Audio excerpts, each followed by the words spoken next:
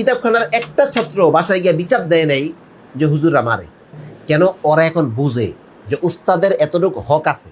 উস্তাদ আমাকে যদি এতটুকু শাসন না করে তাহলে শাসন না করা জুলুম, এটা কিতাবখানার ছাত্র বুঝে। নুরানি হেফসখানার ছাত্র বুঝে না। তাহলে আপনি কি করবেন? ওই পড়ে না পারে না, ওরে মারতে হয়। সমস্যার মূলে যান। কি সমস্যা? মূলে যান যে আসলে একটা ছাত্রের সাথে সংশ্লিষ্ট আপনি একা না, আপনি একজন শিক্ষক, আপনি সম্পৃক্ত, ছাত্ররা সম্পৃক্ত, প্রতিষ্ঠান সম্পৃক্ত, গার্ডিয়ান সম্পৃক্ত। আপনি একটু গবেষণা করেন যে এই যে ছাত্রটা আমার সামনে পড়তেছে, এই ছাত্রটা যে পড়া পারতেছে না, পিছিয়ে যাচ্ছে, অমনোযোগী, ওরে মারার প্রয়োজন। তাহলে ওর সাথে তো আমি একা না, ওর সাথে প্রতিষ্ঠান সম্পৃক্ত, আমি সম্পৃক্ত, ওর মা বাবা সম্পৃক্ত, অয় সম্পৃক্ত। তাহলে ওরে যে মারার প্রয়োজন, ওই যে পড়া পারে না, পিছিয়ে যাচ্ছে, এটার কারণ কি? আপনি কারণটা খুঁজেন। আমি শিক্ষক হিসেবে কি ওরে খারাপ পড়াচ্ছি?